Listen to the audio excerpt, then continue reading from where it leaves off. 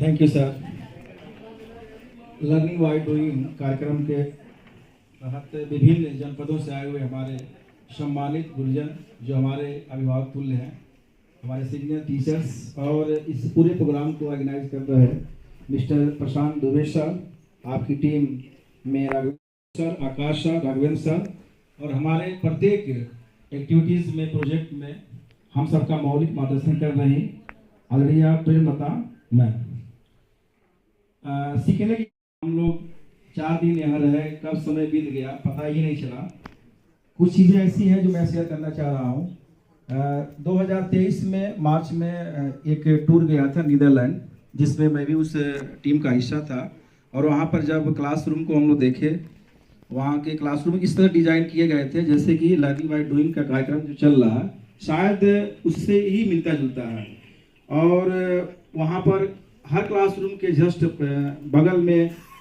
हर class के लिए, class 6 से लेकर के अपर ग्रेड जितने भी थे, क्लास 6 से 7, 8 के लिए बच्चों के लिए वहाँ पर जो बच्चा जिस फील्ड में जाना चाहता हो, चाहे वो हॉस्पिटल हो, चाहे वो इंजीनियरिंग लाइन में हो, तो बच्चों के रुचि के अनुसार वहाँ पर उनको ट्रेन किया जा रहा था। हो सकता है कि अच्छा वो एक चीज़ और अच्छा जो हमको देखने को मिला वहाँ पर कि ह्यूमन रिसोर्सेज वहाँ पे ज़्यादा हैं, जिससे कि एक क्लास को अगर कोई क्लास कोई उनका अटेंडेंस ले रहा है, कोई टीचिंग कर रहा है, तो कोई प्रैक्टिकल करा रहा है, यानी हर सब्जेक्ट के 4 टीचर, तो हो सकता है कि अपने यहाँ बच्चों के लिए बहुत ही बेनिफिट होने वाला है इस कार्यक्रम के दौरान।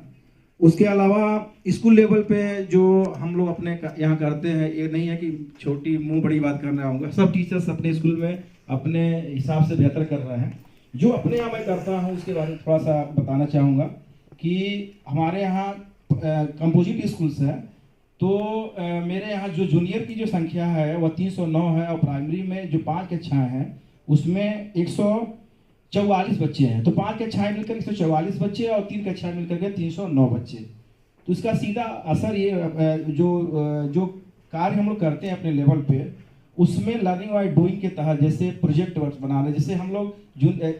अपर लेवल पे जैसे कह लिया जाए कि इंटर लेवल पे हम लोग जब हार्वेरियम फाइल वगैरह बनाते हैं, तो मैं इसी लेवल से क्लास 6 से ही बच्चों को हार्वेरियम फाइल बनाना, या प्रत्येक जो हाफ ईयरली एग्जामिनेशन से पहले उनको 10 आपको प्रोजेक्ट देने होते हैं बच्चों को, और एनुअल एग्जाम तक 10 यानी जमा करना होता है। तो जब बच्चे करते हैं, करके लाते हैं, तो इनका जो असर पेरेंट्स के ऊपर ज़्यादा पड़ता है। जैसे कहा जाता है कि team work always better than individual performance. हमारी टीम में पेरेंट्स हैं, उनके और बच्चे हैं, टीचर्स हैं, सब मिलकर के हम काम कर रहे हैं, तो जिससे इससे प्रचार प्रसार हो। सीधी सी बात, अगर बच्चे को अगर हम एक कप में, एक गिलास में अगर हम कोल्ड ड्रिंक देते हैं और एक गिलास में दूध देते हैं, तो शायद बच्चा जो है कोल्ड ड्रिंक्स को ज़्यादा लाइक करेगा क्योंकि उसका प्रचार प्रसार हो रहा है। तो हमको भी अपने कार्यों का प्रचार प्रसार विभिन्न प्लेटफॉर्म पर करना चाहिए, जिससे वह असर करेगा उसके ऊपर। दूसरी बात ये कहूँगा कि उसका इतना असर हुआ है कि जो हमारे जो कम्पिटिटिव एग्जाम्स हैं, जैसे राष्ट्रीय आयोग परीक्षा एनएमएस है, इंस्पायर अवार्ड है, या और भी आपके जो सीएचएस में एडमिशन है बनारस में,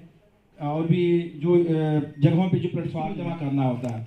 तो जब बच्चे करते हैं, करके लाते हैं, तो इनका जो असर पेरेंट्स के ऊपर ज़्यादा पड़ता है। जैसे कहा जाता है कि team work always better than individual performance. हमारी टीम में पेरेंट्स हैं, उनके और बच्चे हैं, टीचर्स हैं, सब मिलकर के हम काम कर रहे हैं, तो जिससे इससे प्रचार प्रसार हो। सीधी सी बात, अगर बच्चे को अगर हम एक कप में,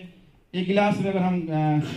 कोल्ड ड्रिंक देते हैं और एक गिलास में दूध देते हैं, तो शायद बच्चा जो है कोल्ड ड्रिंक्स को ज़्यादा लाइक करेगा क्योंकि उसका प्रचार प्रसार हो रहा है। तो हमको भी अपने कार्यों का प्रचार प्रसार विभिन्न प्लेटफॉर्म पर करना चाहिए, जिससे वह असर करेगा उसके ऊपर। दूसरी बात ये कहूँगा कि उसका इतना असर हुआ है कि जो हमारे जो कम्पिटिटिव एग्जाम्स हैं, जैसे राष्ट्रीय आयोग परीक्षा एनएमएस है, इंस्पायर अवार्ड है, या और भी आपके जो सीएचएस में एडमिशन है बनारस में, और भी जो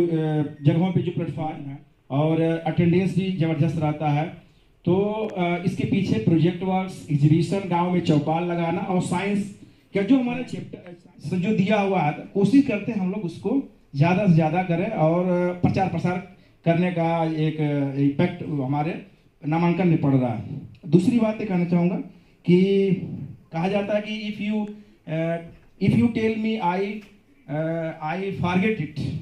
but if you show me anything I may learn it, but if you involve me I learn it. यानी जब हम किसी चीज़ को इन्वॉल्व हम कर लेते हैं तो हम उसको सीख लेते हैं। तो practical based learning, extra curricular activities school में अपनाने से न ही हमारे विद्यालय की नामांकन में वृद्धि हुई है, बल्कि हमारे जो गार्जियंस हैं, अभिभावक हैं, और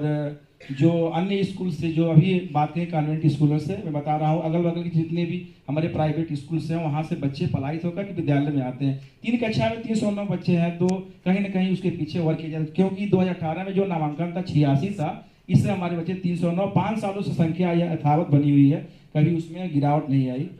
पुनः हमारी पूरी इस टीम को मैं बधाई दे, बहुत कुछ सीखने को मिला आप लोगों से, आप लोगों के टीम से। तो ये सब यादें रहेंगी और हम ग्रुप के माध्यम से दूसरे कार्यों से सीखेंगे। Thank you sir.